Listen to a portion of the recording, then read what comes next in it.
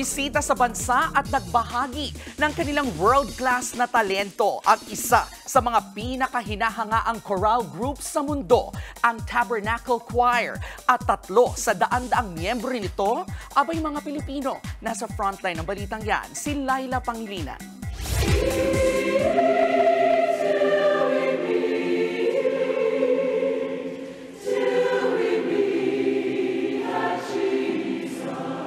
Sa malaanghel nilang tinig at nakakamanghang galing sa pag-awit.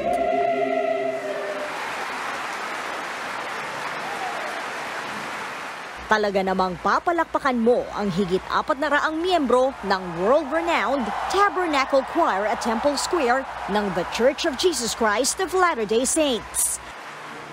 Ang higit 170 taong grupo na ito bumisita sa Pilipinas sa kauna-unahang pagkakataon.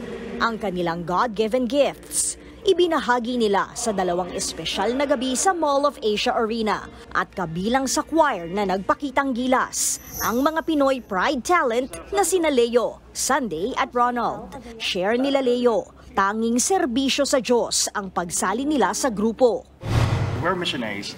We're here to share a message of hope. We love Heavenly Father, and we're trying to share that love through music. Kasi alam namin na yung music can touch the soul. It's the language of the heart.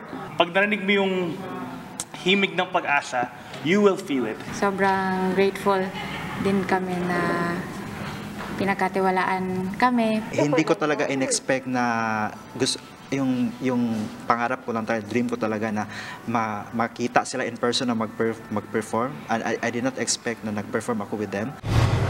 At isa sa perks ng kanilang pagsali, ang makapag-perform. Kasama ang ilan nilang iniidolo tulad na lang ng ating Broadway diva na si Lea Salonga. Para sa 3 talentadong Pinoy, dream come true at di mapapantayan ng anumang halaga ang kanilang experience.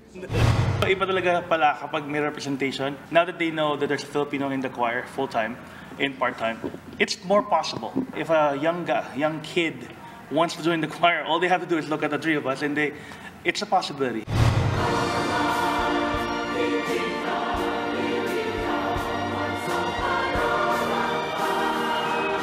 Nagbabalita mula sa Frontline, Laila Pangilinan, News 5. Mga kapatid, ito po ang inyong K-Alaman Queen, Kalad Karen. Always remember na ang K-Alaman ay K-Yamanan. Kaya para sa latest showbiz news at dagdag impormasyon, mag-follow at mag-subscribe sa social media pages ng News 5. Okay?